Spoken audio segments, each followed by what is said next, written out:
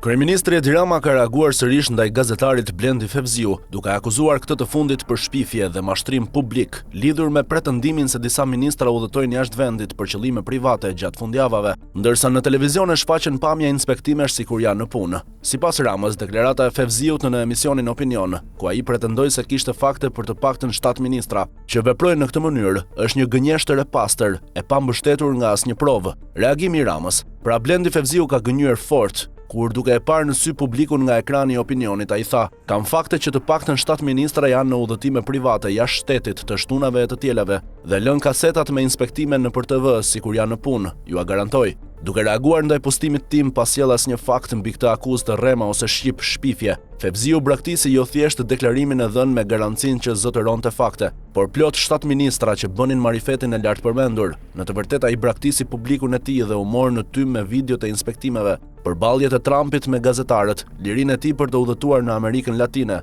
gjëra që s'kishin asnjë lidhje me arsyeën e përmbajtjen e reagimit tim. Pas një pendes për fajin e tij live ndaj publikut, Fevziu u shfaq i çuditur që unë reagova ndaj shpifjes së tij, për të cilën ai në fakt mirë mua që s'më detyrohet asnjë shpjegim, por publiku të Opinionit duhet t'ia kërkonte një ndjes për gënjeshtrën me 7 bishta dhe për të shpjeguar çudinë e vet. Ai tha se gjëra më të mëdha duhet të merrnin vëmendjen time, duke filluar nga 1/3 e Shqipërisë në ujë. Vendi ynë ka 2.874.800 hektar, nga të cilat uji kishte mbuluar 13.160 hektar, pra jo 1/3, por 1/217, apo duke vazhduar me krizën parlamentare të shkaktuar nga kërkesa e SPAK-ut, kur në fakt kriza parlamentare e Blendit është një krizë e partisë së liderit të Fevziut dhe çunit të Bahri Falliut, sepse parlamenti është me pushimet e dimrit. Por unë nuk çuditem që Fevziu nuk i kërkon ndjes publikut të tij për të gjitha të derë gërnjeshtra absurde dhe denigruese ndaj njerëzish që Fevziu nuk ka detyrë t'i respektojë si kundërshtar, por ka detyrimin të mos i baltos kolektivisht duke nxitur urrëtie. Nuk çuditem as që zoti i Opinionit propagandon kundër qeverisë me të njëjtat marzhe të llahtarshme, gabimin në komunikimin e fakteve.